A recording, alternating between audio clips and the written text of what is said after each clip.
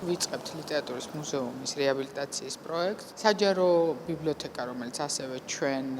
მმართველობის სფეროშია, გადაიბარებს უშუალოდ შენობის რეაბილიტაციას, რადგანაც მათ დიდი გამოცდილება აქვთ შენობების რეაბილიტაციაში და შესაბამისი რაოდენობით თანამშრომელი ყავთ, რომ ამ საორგანიზაციო პროცესს, ესე რომ ვთქვათ, უხელმძღვანელონ, ამასთან ერთად გამოყოფენ თავიანთ ფარგლებში შესაბამის შენობას, იმისთვის, რომ ფონდები გადავიდეს, დაცული იყოს ეს თანამშრომლებიც, ვინც ლიტერატურის მუზეუმში არსებობენ, მათთვისაც შრომის პირობების დაცვით გამოიძებნება ფართები და იქ იმუშავებენ. ამასთან ერთად ძალიან მიხარია, რომ სწორედ საჯარო ბიბლიოთეკა იქნება ერთ-ერთი ის ადგილი, სადაც ლიტერატურის მუზეუმი არ შეწყვიტავს მუშაობას და თავის გამოფენებს იქ მოაწყობს და ჩვენ ამასობაში განვახორციელებთ სრულ რეაბილიტაციას ამ ისტორიული შენობის, რაც ძალიან მნიშვნელოვანია და შემდეგ ეს ყველაფერი უნდა დაბრუნდება თავის ადგილზე.